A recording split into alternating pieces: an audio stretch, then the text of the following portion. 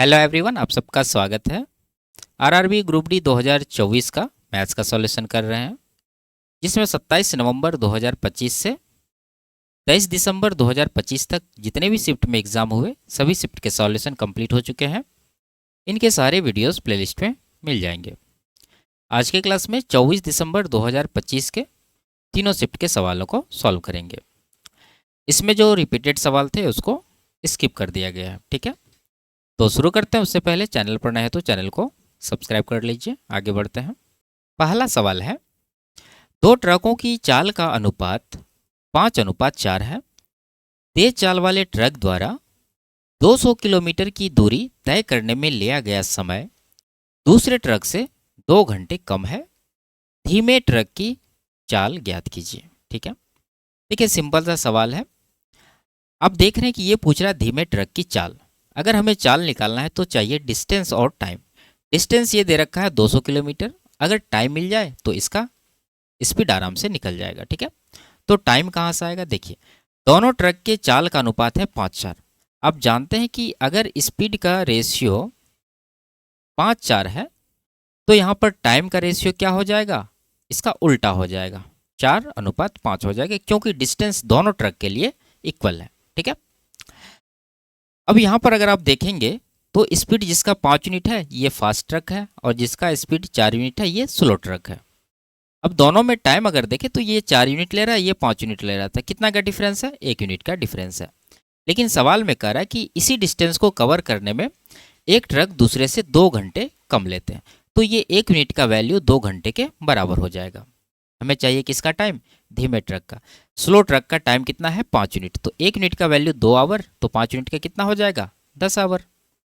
अब चाल निकालना, तो चाल बराबर दूरी बट्टा समय। दूरी है 200 किलोमीटर का और टाइम है यहाँ 10 घंटा, तो 10 से इसको आप डिवाइड करेंगे, जीरो कट जाएगा, तो 20 किलोमीटर प्रति घंटा जो इसका स्पीड आएगा। ऑप्शन नंबर डी में दे रखा है। आगे, एक त्रिभुज की अंतः त्रिज्या 8 सेंटीमीटर है और इसकी भुजाओं की लंबाइयों का योग 60 सेंटीमीटर है।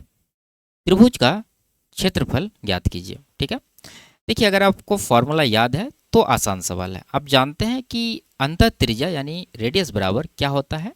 इन रेडियस निकालने के लिए हम लोग क्या करते हैं, त्रिभुज के क्षेत्रफल को उसके सेमी पेरीमीटर से जब डिवाइड करते हैं तो हमें इन रेडियस पता चलता है।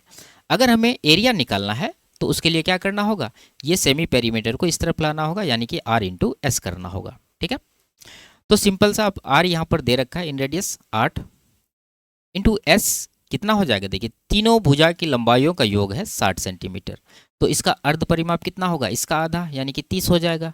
तो 30 गुना 8 करेंगे तो 240 सेंटीमीटर स्क्वायर इसका एरिया निकल कर आएगा। ऑप्शन नंबर बी में दे रखा है। आगे, 3 के प्रथम 9 गुणजों का औसत ज्ञात कीजिए। ठीक है, देखिए आप जानते होंगे कि अगर हम किसी संख्या के लगातार गुणज लिखते हैं तो वो एपी में होते हैं, यानी उनका कॉमन डिफरेंस इक्वल होता है।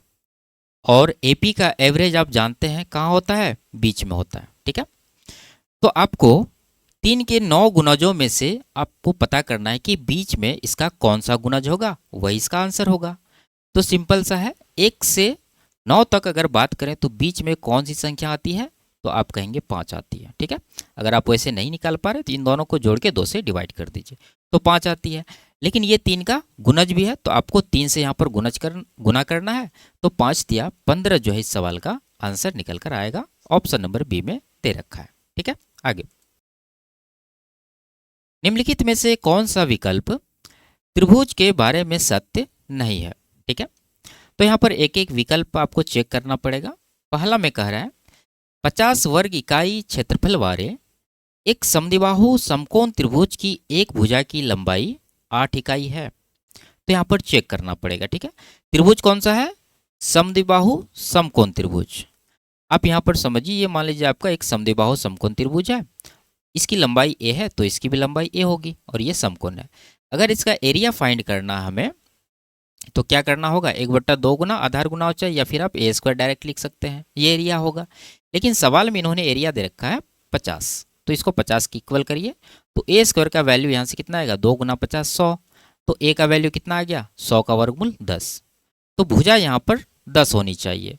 लेकिन ये क्या कर रहा है, कि इनकी एक भुजा की लंबाई 8 इकाई है, जबकि चाहिए कितना 10। तो इसका मतलब पहला स्टेटमेंट ही आपका गलत निकला और यही आपको आंसर लगाना है, क्योंकि यह कह रहा है कि जो सही नहीं है वो आपको बताना है। तो ऑप्शन नंबर ए इसका करेक्ट आंसर होगा। आगे आप समझ सकते हैं, ये कह रहा है कि यदि किसी त्रिभुज की सबसे बड़ी भुजा 4 इकाई है तो उसका क्षेत्रफल 8 वर्ग इकाई से कम होगा। ठीक है, तो आप कोई भी ट्रायंगल ले करके चेक कर सकते हैं। यहाँ पर मान लीजिए एक समकोण त्रिभुज ही बनाते हैं। ठीक है, इसकी सबसे बड़ी भुजा 4 इकाई है। मान लीजिए ये कर्ण जो है 4 है और ये दोनों भुजा इक्वल है, यानी ये समद्विबाहु समकोण त्रिभुज है। जिस तरह से यहाँ पर लिए वही एग्जाम्पल में यहाँ पर भी ले लिए। ठीक है, तो समकोण समद्विबाहु त्रिभुज का एरिया निकालने के लिए आप जानते हैं क्या करते हैं, एच स्क्वायर बट्टा 4। तो यहाँ पर 4 है एच, तो 4 का स्क्वायर 16 बट्टा 4 करेंगे तो यहाँ पर एरिया 4 निकल कर आएगा। तो ये 8 से कम है, तो इसका मतलब ये स्टेटमेंट आपका करेक्ट है। अगला, ऐसे समकोण त्रिभुज होते हैं जिनकी भुजाओं की लंबाई 3 क्रमागत प्राकृत संख्याएं होती है। ठीक है, तो आप जानते हैं 3, 4, 5 एक समकोण त्रिभुज बनाती है और ये क्रमिक संख्या है। तो ऑप्शन नंबर सी भी आपका करेक्ट है। आगे कह रहा है किसी दिए गए क्षेत्रफल के लिए समबाहु त्रिभुज का परिमाप सबसे कम होता है। एकदम करेक्ट है ये, आप इसको याद रखें। मान लीजिए कि 3 तरह का त्रिभुज है और इसका एरिया जो है आपका क्या है, इक्वल है। अगर एरिया तीनों का इक्वल है तो यहाँ पर कौन सा त्रिभुज का परिमाप सबसे कम होगा, समबाहु त्रिभुज का। ठीक है, तो आपको समबाहु त्रिभुज का परिमाप यहाँ पर कम है, याद रखना। ठीक है, आगे, दो उम्मीदवारों के बीच हुए एक चुनाव में कुल मतों में से 20% मत अवैध घोषित कर दिए गए। विजयी उम्मीदवार को वैध मतों का 40% मत प्राप्त हुआ और उसने दूसरे स्थान पर रहे उम्मीदवार जिसे वैध मतों का 32% मत प्राप्त हुआ था, उससे 1,60,000 अधिक वैध मत प्राप्त किए। वैध मतों की कुल संख्या ज्ञात कीजिए। ठीक है, आसान सवाल है। देखिए, इसमें हम लोग क्या करेंगे, मान लेंगे कि यहाँ जो टोटल वोट डाले गए वो कितने हैं, x हैं। अब x में से 20% जो है इनवैलिड है, तो वैलिड कितना बचा, 80%, जिसको आप लिखेंगे 4/5, यानी इतना वैलिड वोट डाला गया। अब ये जो वोट डाला गया उसमें जीतने वाले को 40% मिला है और जो दूसरे स्थान पर रहे उसको 32% मिला है और इन दोनों का डिफरेंस 1,60,000 दे रखा है। तो आप यहाँ पर परसेंटेज में डिफरेंस देख लीजिए, 40 और 32 का डिफरेंस कितना है, 8%। तो ये वैलिड वोट का 8% निकालेंगे, यानी कि 8/100 और ये बराबर कर देंगे डिफरेंस जो कि है 1,60,000। ठीक है, कटाएंगे, x का वैल्यू यहाँ से आ जाएगा। तो 8 चौके 32 होगा, 32 से ये 5 बार में कटेगा और 3 जीरो यहाँ पर आएगा। तो x बराबर कितना हो जाएगा, 5 गुना 5 25 पर 5 जीरो, यानी 25 लाख टोटल वोट यहाँ डाले गए। लेकिन ये पूछ क्या रहा है, वैध मतों की संख्या। वैध मतों की संख्या कितना होगा, 20% इनवैलिड है तो 80%, यानी इसका 0.8 गुना आप निकाल दीजिए तो ये आ जाएगा 25 अट्ठे 200, यानी कि 20 लाख।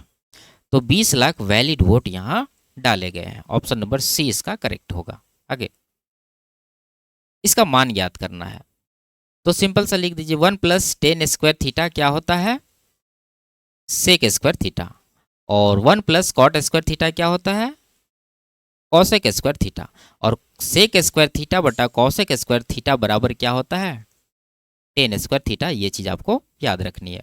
और tan स्क्वायर थीटा को आप क्या बोल सकते हैं, साइन स्क्वायर थीटा बटा कॉस स्क्वायर थीटा। तो ये चीज़ आपको याद रखना ताकि आंसर आराम से लगाया जाए।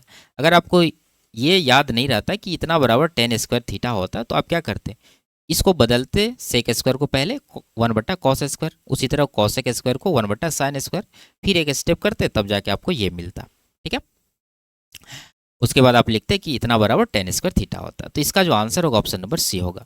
आप इसको भी याद रखने, जैसे कॉट स्क्वायर थीटा बराबर होता है कॉसेक स्क्वायर थीटा बटा सेक स्क्वायर थीटा। ठीक है, आप इसको याद रखने का एक ट्रिक भी याद रख सकते हैं। जैसे देखिए, सेक और tan में संबंध होता है, जैसे यहाँ 1 + tan स्क्वायर बराबर क्या होता है, सेक स्क्वायर। तो इन दोनों का संबंध में अगर tan बराबर आपको लिखना है तो सेक को ऊपर रखना, कॉसेक को नीचे। और यहाँ पर कॉसेक और कॉट में संबंध होता है तो यहाँ पर कॉसेक स्क्वायर ऊपर रहेगा, सेक स्क्वायर नीचे रहेगा। तो आप इस तरह से भी याद रख सकते हैं। आगे,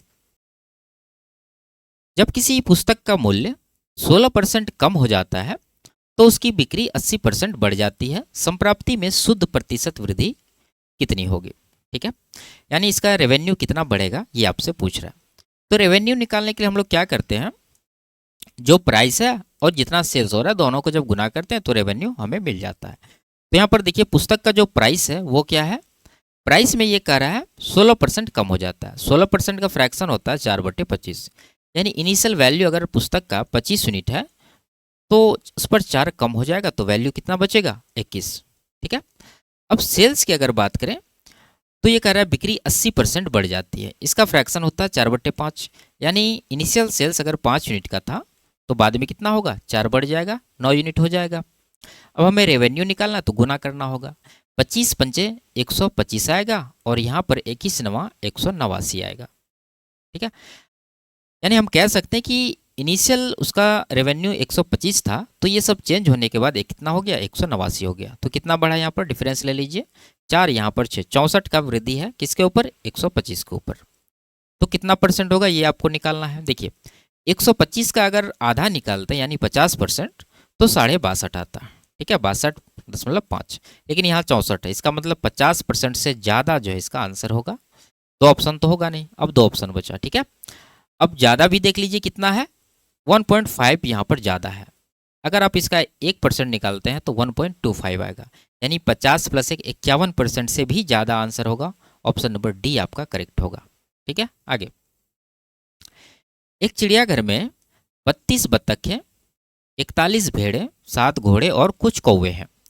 यदि पैरों की कुल संख्या सिरों की संख्या से 211 अधिक है तो कौवों की संख्या ज्ञात कीजिए। ठीक है, देखिए ये कह रहा है कि पैरों की कुल संख्या सिरों से इतना अधिक है, यानी पैर का संख्या यहाँ पर ज़्यादा रहने वाला। तो आप सभी का पैर काउंट कर लीजिए। 32 बत्तख है, बत्तख को 2 पैर होते हैं तो 32 दूना 64 पैर यहाँ से आएंगे इसका। ठीक है, 41 भेड़ है, भेड़ को 4 पैर होते हैं, अगर इसको 4 से गुना करेंगे तो कितना आएगा, 164 पैर आपको यहाँ से मिलेंगे। ठीक है, 7 घोड़े हैं, घोड़े को 4 पैर तो 7 चौके 28 टोटल पैर यहाँ से मिलेंगे। अब आगे कुछ कौवे हैं, तो कौवे मान लीजिए एक्स है तो कौवे को 2 पैर होते हैं तो यहाँ से 2 गुना एक्स 2x टोटल पैर यहाँ से आपको मिलेगा। ठीक है, तो ये पैरों की संख्या है। ये किससे अधिक है, सिरों की संख्या। तो सिर कितने होंगे, जितने जो है वो उतना सिर होगा। 32 बत्तख 32 सिर, 41 भेड़ 41 सिर, सबको जोड़ लेंगे। 41 7 48 प्लस 32 80 हो गया, इधर कौवा है तो यानी 80 प्लस कौवों की संख्या हम लोग एक्स माने हैं तो एक्स सिर होंगे यहाँ पर।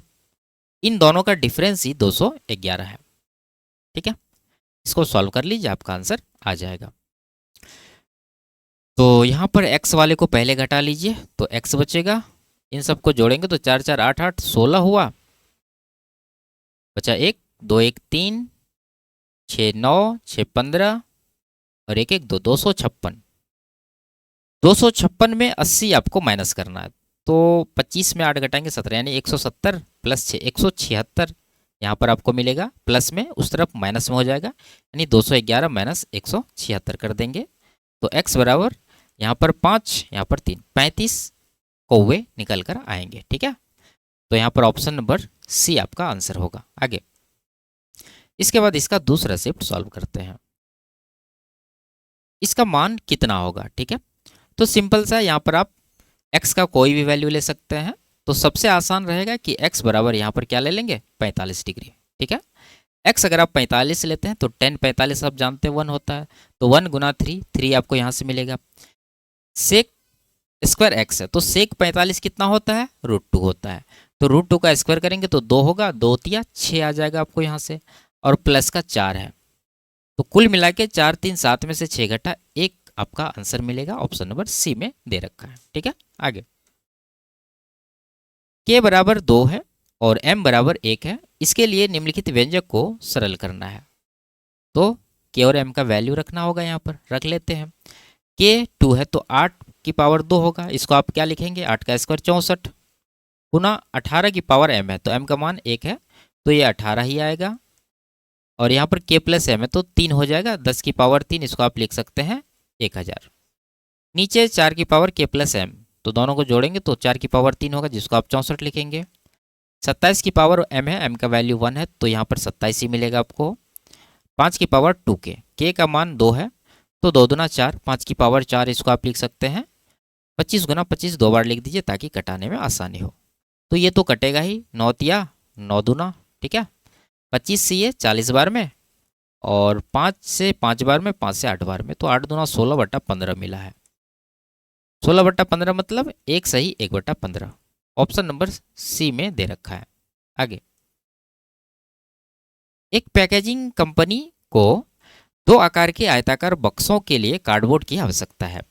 बड़े बक्से का माप 30, 25 और 10 का डायमेंशन है, और छोटे बक्से का माप ये है, डायमेंशन दिया गया है। ओवरलैप के लिए कुल पृष्ठीय क्षेत्रफल का 6% अतिरिक्त आवश्यक है।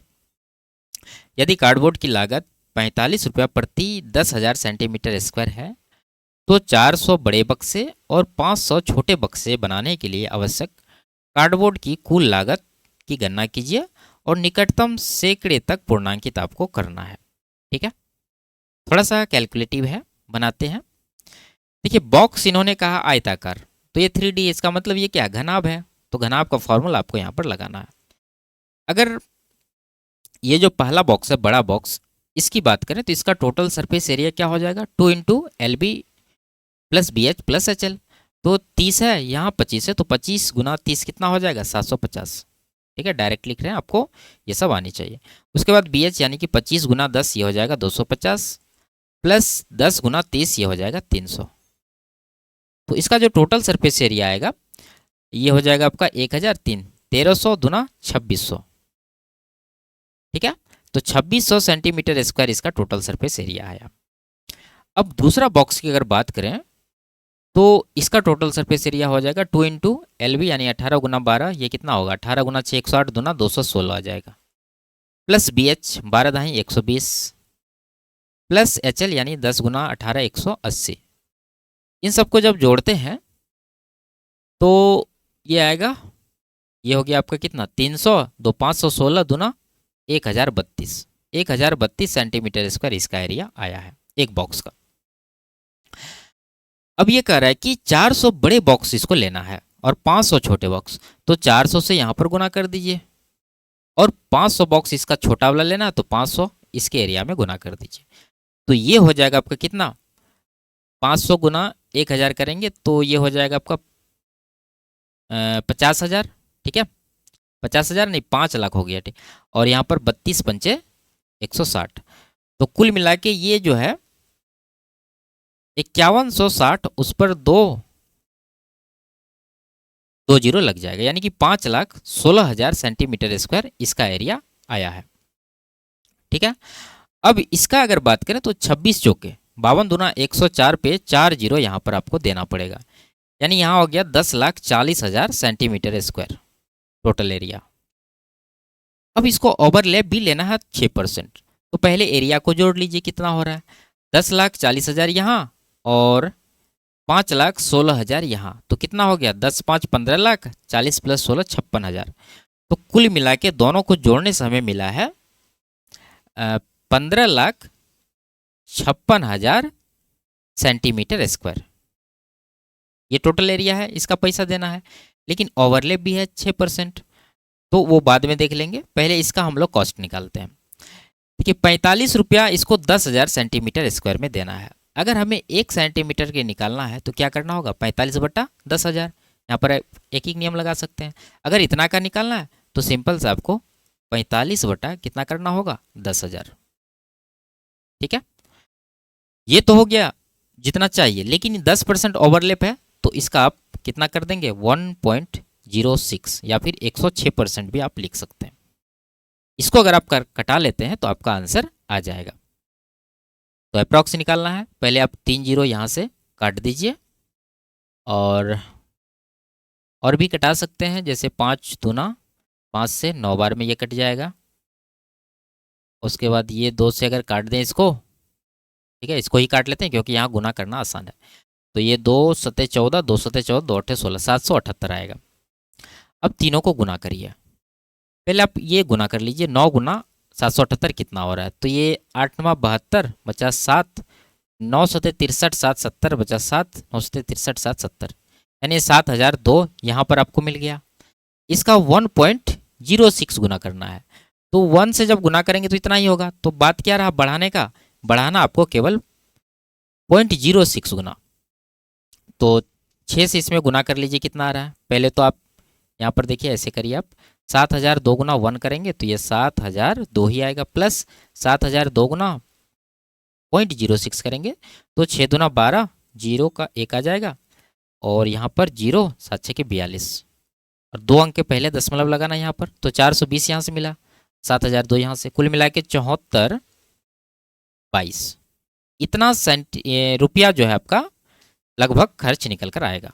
अब ये क्या कह रहा है कि निकटतम सैकड़े तक पूर्णांकित करना है। तो यहाँ पर 422 है तो इसको आप क्या लेंगे, 400 लेंगे, तो 7400 आपका करेक्ट आंसर होगा। ठीक है, आगे इसको सरल करना है। ऑब्जर्व करिए, फॉर्मूला है ये a प्लस बी का होल स्क्वायर है, ये a माइनस बी का होल स्क्वायर है, बीच में प्लस रहता तो क्या होता है इसको निकालने का फॉर्मूला, 2 इंटू ए स्क्वायर प्लस बी स्क्वायर, और नीचे देखिए ए स्क्वायर, उसके बाद यहाँ पर 99 गुना 99 यानी ये बी स्क्वायर, तो ये चीज़ कट जाएगा, बचेगा केवल 2, और यही 2 आपका आंसर निकलेगा। आगे ये संख्या है, इसमें a का वह न्यूनतम मान क्या होगा ताकि निर्मित संख्या 3 से विभाज्य हो जाए।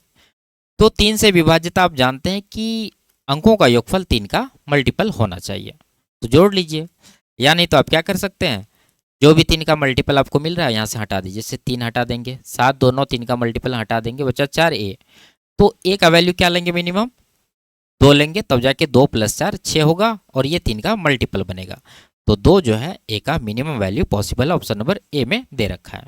आगे इसके बाद इसका तीसरा शिफ्ट सॉल्व करते हैं।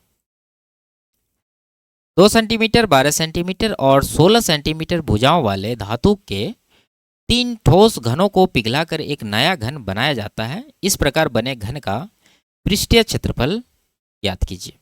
ठीक है, तो नया घन का अगर पृष्ठीय क्षेत्रफल निकालना तो पहले इसकी भुजा की लंबाई निकालनी होगी, यानी इसका एज क्या होगा, तो उसके लिए क्या करेंगे, इन तीनों के आयतन को जोड़ेंगे तो बड़ा घन का आयतन निकलेगा। तो सिंपल सा है, 2 का क्यूब कर दीजिए, प्लस इसका आयतन निकालना है तो 12 का क्यूब कर दीजिए, और इसका आयतन निकालना है तो 16 का क्यूब कर दीजिए, और ये बराबर हो जाएगा बड़ा घन जो बनाया जा रहा है नया घन, उसकी भुजा को मान लीजिए a है, तो a का क्यूब। तो यहाँ से a का वैल्यू फाइंड करिए, फिर एरिया फाइंड कर लीजिए। ठीक है, तो देखिए सब ये तो सबको पता है, 12 का क्यूब 1728 होता है, ये भी पता होगा मैक्सिमम को, लेकिन 16 का क्यूब सबको पता नहीं होता। तो आप क्या करेंगे, 2 का क्यूब यहाँ से कॉमन ले लीजिए, तो यहाँ पर 1 बचा, यहाँ पर 6 का क्यूब बचा, और यहाँ पर 8 का क्यूब बराबर a का क्यूब। तो यहाँ पर 2 का क्यूब ये कितना हो जाएगा, 216, एक 217, और ये हो गया आपका 512, और ये 216, और यहाँ पर 1, सबको जोड़िए, 5 2 7, 729, 729 को आप क्या लिखेंगे, 9 का क्यूब, और बराबर a का क्यूब यहाँ से आपको लिखना है। तो देखिए दोनों पर पावर 3 है, तो आप इसको क्या कर सकते हैं, 2 9 18 की पावर 3 लिख सकते हैं। तो 18 की पावर 3 लिखाएगा, यहाँ पर a की पावर 3 है, तो कुल मिला के a का वैल्यू क्या हो जाएगा, 18 हो जाएगा। टोटल सरफेस एरिया निकालना है, 6a स्क्वायर होता है, तो 6 इंटू a है 18 का स्क्वायर, 324 डाल दीजिए, तो 6 × 18 144, यानी 1944 आपका आंसर होगा, ऑप्शन नंबर बी में दे रखा है। आगे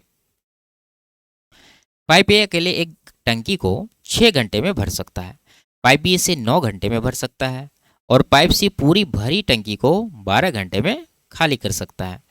यदि तीनों पाइपों को शुरू में खोल दिया जाए और 1.5 घंटे बाद पाइप सी में रिसाव का पता चले और उसे तुरंत बंद कर दिया जाए, और यदि 1.5 घंटे के दौरान पाइप सी द्वारा किया गया कार्य आरंभिक 1.5 घंटे में तीनों पाइपों द्वारा किए गए कार्य का x/7% है, तो x के गुणनखंडों की संख्या कितनी है। ठीक है, तो निकाल लेते हैं। सबसे पहले तीनों का एफिशिएंसी निकालना होगा। 3 पाइप हैं, ए बी सी, ए 6 घंटे में भरते हैं, बी 9 घंटे में भरते हैं, और सी जो इसको 12 घंटे में खाली करते हैं। टंकी का कैपेसिटी इन तीनों का एलसीएम 36 हो जाएगा। ठीक है, 6 से डिवाइड करेंगे 6 बार में जाएगा, 9 से 4 बार में जाएगा, और 12 से 3 बार में जाएगा। सी खाली करने वाला है, माइनस लगा दीजिए। ठीक है, अब कह रहा है कि तीनों पाइप को एक साथ शुरू में खोल दिया जाता है, 1.5 घंटे बाद सी में रिसाव का पता चलता है। ठीक है, उसे तुरंत बंद कर दिया जाता है, और यदि 1.5 घंटे के दौरान पाइप सी द्वारा किया गया कार्य आरंभिक 1.5 घंटे में तीनों पाइप द्वारा किए गए कार्य का इतना % है, तो एक्स का मान पहले निकालना आपको। तो पहले आप ये देख लीजिए कि सी के द्वारा 1.5 घंटे में कितना काम होगा। सी करता है 1 घंटे में 3 यूनिट, तो 1.5 घंटे में कितना करेगा, 3 का 1.5 गुना यानी कि 4.5 यूनिट। इसका % निकालना आपको किसके ऊपर, 1.5 घंटा में तीनों पाइप द्वारा किया गया काम। तीनों पाइप जब एक साथ चलेगा तो ये 6 भरेगा, ये 4 भरेगा, ये 3 खाली कर देगा, तो 6 4 10 में से 3 घंटा 7 यूनिट भराएगा 1 घंटे में। तो 1.5 घंटा में 7 का 1.5 गुना यानी कि 10.5 यूनिट यहाँ पर भराएगा। तो ये कितना % है वो आपको निकालना है। तो मान लीजिए ये 100 से अगर गुना करें तो % आएगा, और ये % ऑलरेडी दे रखा है x/7%, तो ये x/7% के बराबर हो जाएगा। ठीक है, अब इसको कटाएंगे तो आंसर आ जाएगा। तो 15 से 3 बार में, 15 से 7 बार में, और ये 7 7 कटेगा, x का वैल्यू कितना आ गया, 3 गुना 100 300। लेकिन ये आपसे x का मान नहीं पूछ रहा है, ये पूछ रहा है कि भाई x के गुणनखंडों की संख्या क्या होगी। तो x के गुणनखंडों की संख्या निकालने के लिए पहले इसका क्या करना होगा, प्राइम फैक्टराइजेशन। ठीक है, तो 300 को आप लिख सकते हैं क्या, 3 गुना 100, 100 को लिखेंगे 2 गुना 2 4, 4 गुना 25, 25 को 5 गुना 5 लिख सकते हैं, यानी 3 की पावर 1 हो गया, 2 की पावर 2 हो गया, और 5 की पावर 2 हो गया। अब गुणनखंडों की संख्या निकालना है तो पावर को एक एक बढ़ा के गुना कर देंगे। तो 1 में 1 बढ़ाएंगे 2 होगा, 2 में 1 बढ़ाएंगे 3 होगा, 3 में 1 बढ़ाएंगे, यहाँ पर 2 में 1 बढ़ाएंगे 3 होगा। तो 3 तिया 9 दूना 18 यहाँ पर गुणनखंडों का योगफल निकल कर आएगा। ऑप्शन नंबर सी में दे रखा है। आगे,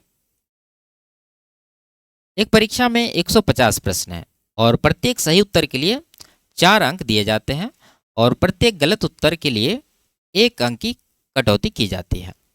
एक अभ्यर्थी ने सभी 150 प्रश्नों के उत्तर दिए और 250 अंक प्राप्त किए। याद कीजिए कि उसने कितने प्रश्न के सही उत्तर दिए। सिंपल सा लॉजिकल सवाल है। देखिए, मान लीजिए कि ये जो विद्यार्थी है 150 प्रश्नों में से 150 इन्होंने सही बनाया। अगर ये 150 सही बनाता है, इसको कितना नंबर मिलना चाहिए, 150 गुना 1 सही के 4 मिलते, तो 4 से गुना करेंगे 600 नंबर मिलना चाहिए। लेकिन इसको 250 ही मिला है, कटा कितना, 350। तो ये जो 350 कट गया, ये किस वजह से कटा है, ये कटा है गलत उत्तर देने से। तो ये कह रहा है कि गलत उत्तर के लिए 1 अंक काटता है। तो आपको यहाँ पर सोचना है, अगर आप 1 सही करेंगे तो 4 आपको देगा, अगर आप 1 गलत करते हैं तो आपका ये तो 4 जाएगा ही, और साथ में 1 नेगेटिव भी आपका जाएगा, तो कुल मिला के 5 का यहाँ पर कटौती होगा। इसका टोटल मार्क्स कटौती है 350, लेकिन एक क्वेश्चन पे 5 का कटौती है। अगर डिवाइड करेंगे तो 70 प्रश्न यहाँ पर इन्होंने गलत किए। अगर 70 गलत किए, टोटल 150 है, तो सही कितने किए, 80। ठीक है, 150 में 70 आपको माइनस कर देना है, तो 80 जो है इस सवाल का करेक्ट आंसर हो जाएगा। आगे, 4 सेंटीमीटर की त्रिज्या और 6 सेंटीमीटर की ऊंचाई वाले धातु के एक ठोस बेलन को पिघलाकर 2 सेंटीमीटर की त्रिज्या और 3 सेंटीमीटर की ऊंचाई वाले छोटे ठोस बेलनों में ढाला जाता है। एक छोटे बेलन के संपूर्ण पृष्ठीय क्षेत्रफल और मूल बेलन के संपूर्ण पृष्ठीय क्षेत्रफल का अनुपात ज्ञात कीजिए। ठीक है, देखिए सिंपल सा सवाल है। आप जानते हैं कि बेलन का टोटल सरफेस एरिया क्या होता है, 2πr into r plus H. ठीक है, अगर आप 2 बेलन का टोटल सरफेस एरिया निकाल रहे हैं तो ये 2π देख रहे हैं आप, दोनों में कांस्टेंट होगा, इसका वैल्यू दोनों में बराबर जाएगा। तो इसको आपको क्या करना, मन में ही इलिमिनेट करना है, क्योंकि हमें चाहिए अनुपात। तो ये सब लिखने से कोई फायदा नहीं है। तो आपको लिखना क्या है, r into r plus h, value रख दीजिए। पहले कौन सा लेना है, छोटा बेलन। छोटा बेलन का रेडियस है 2, तो 2 इंटू 2 प्लस एच है 3, तो 2 + 3 कितना हो जाएगा, 5। और बड़ा बेलन का अगर देखें, यानी जो पहले से है, ये है रेडियस 4 है, तो 4 इंटू आर प्लस एच, जो कि है 6 4 10। कटा दीजिए, ऊपर हो रहा है 10, नीचे हो रहा है 40, तो 1 नीचे 4, तो 1:4 आपका आंसर हो जाएगा। ऑप्शन नंबर सी करेक्ट है। आगे, तो ये लास्ट सवाल था। वीडियो आपको कैसी लगी कमेंट में ज़रूर बताइए। अच्छी लगी तो वीडियो को लाइक, शेयर और चैनल को सब्सक्राइब कर लीजिए। फिर मिलते हैं अगले क्लास में, तब तक के लिए बाय बाय, टेक केयर।